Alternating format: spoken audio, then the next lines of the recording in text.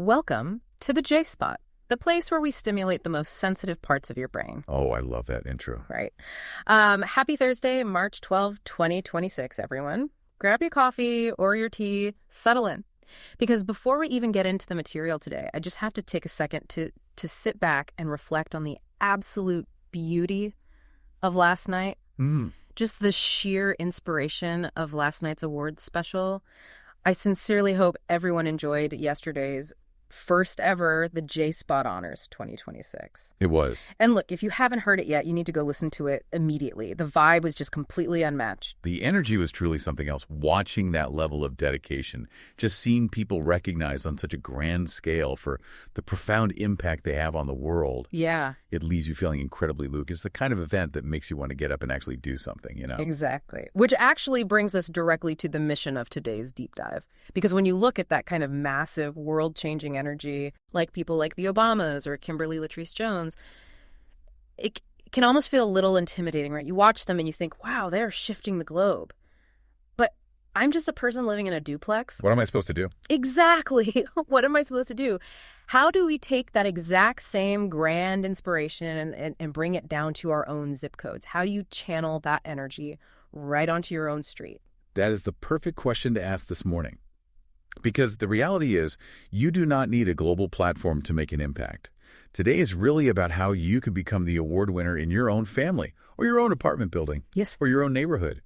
We're looking at the transformative power of community care and how local, deeply rooted connections can completely overhaul the way we experience daily life. And to figure out exactly how we do this, we've pulled together a really amazing stack of sources for you today. We are looking at a rich collection of historical texts, some university research on community resilience. Some really good stuff in there. So good. We also have grassroots toolkits from places like Knoxville and the Capital District, and some incredible social work literature focusing on mental health.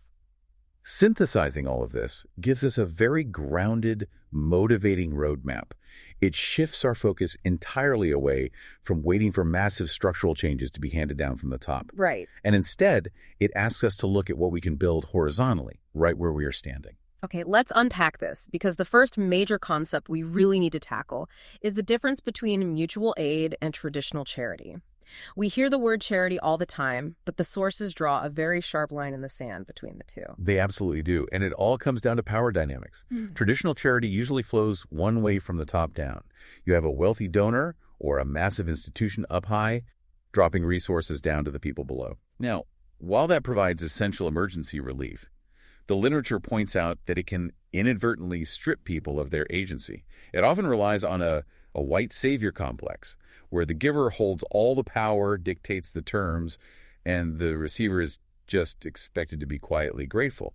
Mutual aid, on the other hand, is horizontal. It's reciprocal. Exactly. It is highly participatory. Wait, let me just play devil's advocate for a second here. How is this really different from me just, volunteering at a soup kitchen?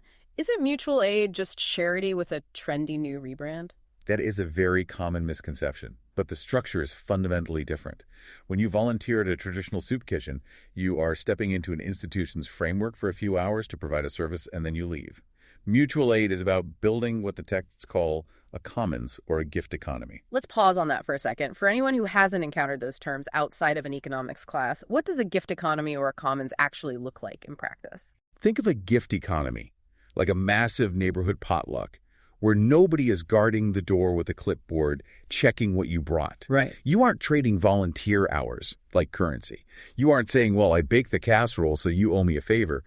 You're building a network where everyone inherently has something to offer, and everyone inevitably has something they need. So it's shared. Exactly. The commons is simply the shared pool of resources that belongs to everyone in that network. What's fascinating here is that the unofficial rallying cry of the mutual aid movement captures this perfectly. It's literally solidarity, not charity. Solidarity, not charity. Precisely. It's an understanding that our well-being is completely intertwined. Charity says, I have plenty, so I will give you some of my excess. Solidarity says, we are in the exact same boat. My survival is tied directly to your survival, so let's figure out how to row together. I was looking through the historical texts in our stack, and honestly, my jaw dropped. I genuinely thought mutual aid was a modern concept. Oh, like born out of internet activism. Yeah, internet activism or pandemic lockdowns. But there's this Russian philosopher from 1902 named Peter Kropotkin. He wrote a whole book called Mutual Aid, A Factor of Evolution. He was basically going to war against the mainstream interpretation of social Darwinism.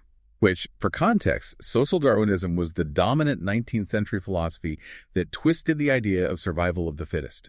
It used it to justify extreme, cutthroat capitalism and inequality.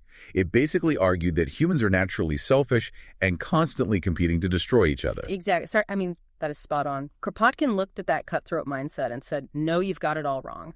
He spent time in Siberia watching how animals and harsh weather peasants actually survived. He argued that cooperation, not fierce competition, is the true engine of human survival. Right. He documented how poor communities in the 1800s would literally share a single pair of good shoes. They'd pass around dresses, pool their childcare just to survive a brutal winter. It wasn't about being nice. It was biological strategy. And if we connect this to the bigger picture and look even further back than 1902, indigenous communities have practiced this for centuries. It is an unbroken tradition of survival and resistance against colonialism. Take the Navajo concept of K, for example. It's a complex kinship system asserting that the entire universe and everything in it is connected through a very careful, deliberate balance of reciprocity. It's not viewed as an extracurricular volunteer activity. It is the fundamental organizing principle of their entire society. And look, it's worth noting that when we look at more modern historical examples in the stack, we see this playing out in ways that often get heavily politicized. The sources detail the Black Panther Party's free breakfast program, which fed something like 20,000 kids a week back in 1969. They also examine decentralized structures within modern movements like #BlackLivesMatter. And I want to be super clear with you, the listener, right now. We aren't here to endorse the politics of any group. We're simply looking under the hood at how these specific organizations built their mutual aid engines when traditional systems failed them. That is a crucial distinction to make. What the texts are highlighting in those specific examples is the structural mechanism of mutual aid. It's about a community looking around, seeing that a traditional safety net, whether that's the government or a local agency, is failing to meet a critical basic need, like feeding hungry children before school. Instead of lobbying a politician and waiting 5 years for a bill to pass, the community organizes itself to fill that gap directly and immediately without asking for permission. Which perfectly transitions us into the architecture of action.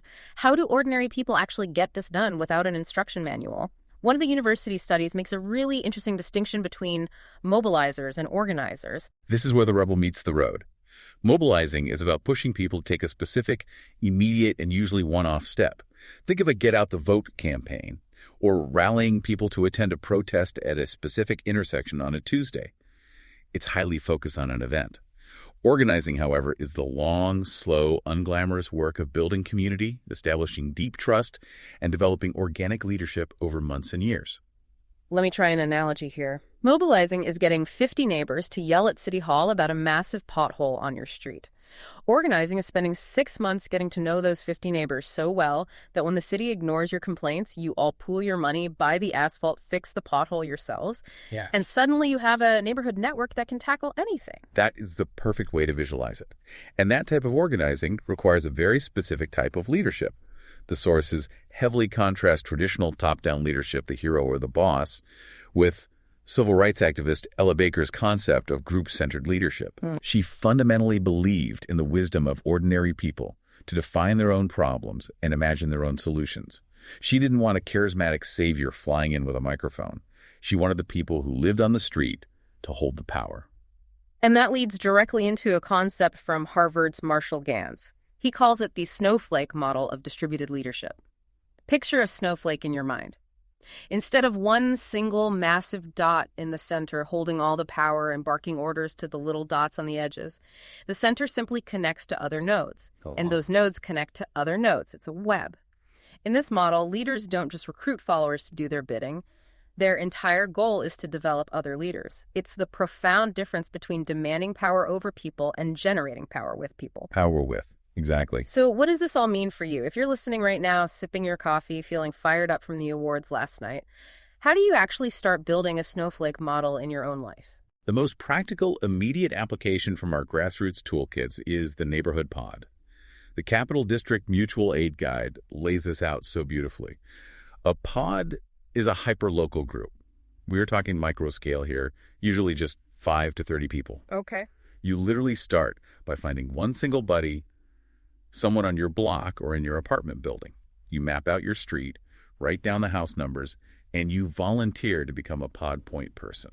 I'll admit, being a pod point person sounds like you need a clipboard and an official badge, which sounds a bit intimidating. Right, sounds official. But the guide makes it clear that it just means you're checking in on your neighbors. You are just finding out who might need groceries picked up, who needs someone to walk their dog if they pull a muscle, or who just wants a phone call on a Tuesday afternoon to combat loneliness. It strips away the bureaucracy of caring for each other.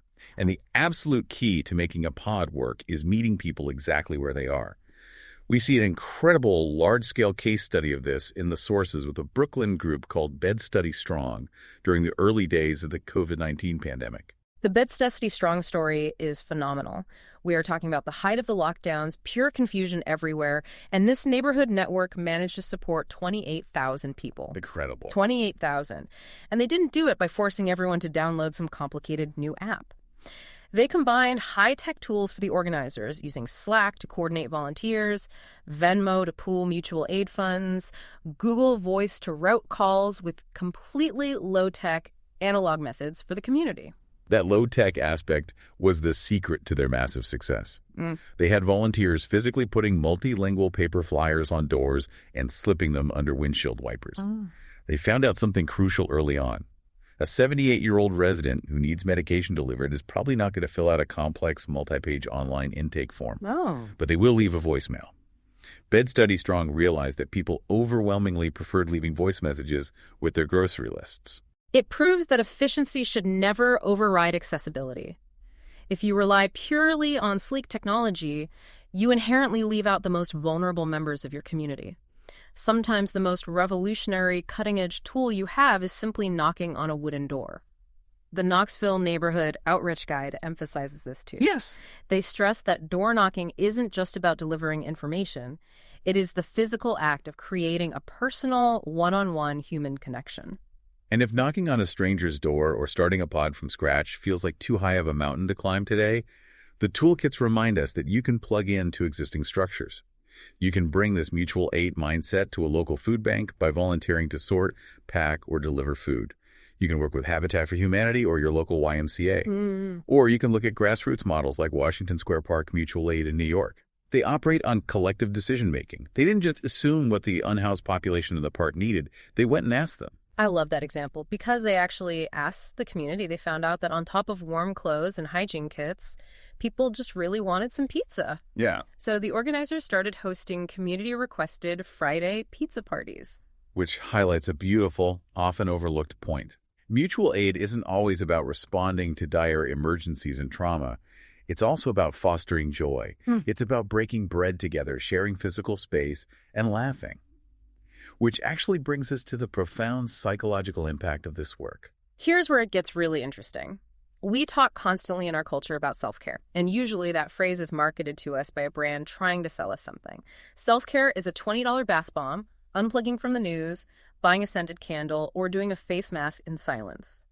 But the literature in our stack argues something revolutionary, that community care is actually the advanced, most effective stage of self-care. It is a vital shift in perspective. A text we reviewed from the Children's Immigration Law Academy, or CLA, urges a massive shift away from our society's default setting of hyper-individualism and a move toward communal care. Hyper-individualism is that toxic little voice that tells us if we are stressed, struggling, or burning out, it is our own personal failure, and we must fix it in total isolation. But CLA points out the exact opposite is true. Helping others, whether that's cooking a quick meal for a sick neighbor, picking up an extra coffee for a busy coworker, or just sitting on a porch and truly listening to someone vent, actually increases your own internal sense of purpose. It radically reduces your own isolation. You aren't draining your battery by helping. The research shows you are actually building your personal resilience. It's the ultimate counterintuitive truth of human psychology. Look at the village model for aging that's outlined in the sources. There's a specific example called Beacon Hill Village in Boston. It's a grassroots membership organization where older adults actively organize to help each other age in place rather than moving to assisted living facilities. They arrange for someone younger in the neighborhood to shovel the snow, or a retired plumber to fix a leaky faucet, or someone to drive a neighbor to a doctor's appointment. And reading through the outcomes of Beacon Hill Village, the most significant result isn't just that the faucets got fixed or the snow got shoveled, it's the absolute eradication of social isolation. There's an anecdote from one member who noted that before the village, she walked down her street feeling invisible. Because of the village network, she now knows the names, histories, and needs of the people she passes on the sidewalk. That's powerful. It transformed a group of isolated strangers living near each other into a deeply connected, bulletproof support system. This raises an important question, though. We have to talk about boundaries. Because you could hear all of this, feel a surge of adrenaline, think, okay, I need to go save my entire neighborhood by Tuesday, and then completely burn out in 2 weeks. Which is the fastest way to kill a mutual aid network. So how do we prevent that? That is where Leah Lakshmi Samarasinha's incredible book, Care Work, provides essential wisdom. They talk about building care webs, and they introduce a framework called CRIP Emotional Intelligence. Okay, let me jump in here. CRIP Emotional Intelligence, for listeners who might not be familiar with that term, can you give us the ELI5, the explain it like I'm 5, on where that comes from and what it means practically? Certainly. The term CRIP is a reclaimed word used proudly within the disability justice movement. CRIP Emotional Intelligence is a framework born out of necessity by disabled and chronically ill organizers. Basically, it means having a spoken or unspoken cultural rule within your network that acknowledges everyone has stuff going on and human capacity heavily fluctuates. So it's the opposite of corporate hustle culture. Precisely. Practically, it means you offer exactly what you can without stretching yourself thin. You stop exactly when you have to. And crucially, you accept a no from someone else, like a neighbor saying they can't cook for the potluck this week, without taking it personally or demanding an explanation. It completely removes the guilt and the martyr complex from community care. If I can cook on Tuesday, great. If I'm having a terrible mental health day on Thursday and need to tap out, the network catches me and nobody judges me. It acknowledges that we are human beings, not machines, which is why the sources are so adamant that rest itself is a vital form of community care. Rest is arguably the most radical act in a hyperproductive society. It is not a reward you unlock after 60 hours of hard work. It is a fundamental human need. And when you prioritize your own rest, you are actually modeling it for others. You are showing your neighborhood pod that it is safe to pause. You are giving them permission to rest, too. That is what makes the entire network more resilient over the long haul. Peepsna Samarasinha writes a line that should honestly be printed on a sticky note and placed on everyone's bathroom mirror. They write, "You are a renewable and also limited resource. If you hand over your entire heart and exhaust yourself completely, you cannot sustain the care web. Sustained solidarity absolutely requires boundaries." So, bringing this all together, we started this morning by pouring our coffee and thinking about the grand, world-changing inspiration from last night's The J Spot Honors. We looked at those massive global impactors and wondered how we fit in, and what these diverse sources, from a 1902 Russian philosopher to an indigenous kinship system, from Betsy Brooklyn to Beacon Hill, Boston, what they all show us is that you don't need a global stage to channel that exact same energy. You can channel it right into local horizontal mutual aid. Whether you are deciding to form a neighborhood pod of 10 people on your street, or practicing group-centered leadership down at your local food bank, or simply redefining your self-care to include calling a lonely neighbor, you have the power to be a change maker right where you live. You don't have to wait for politicians or massive institutions to save you. You and your neighbors are the solution. You are the award winner in your own zip code. I want to leave you with the final thought to mull over today as you look out the window at your own street.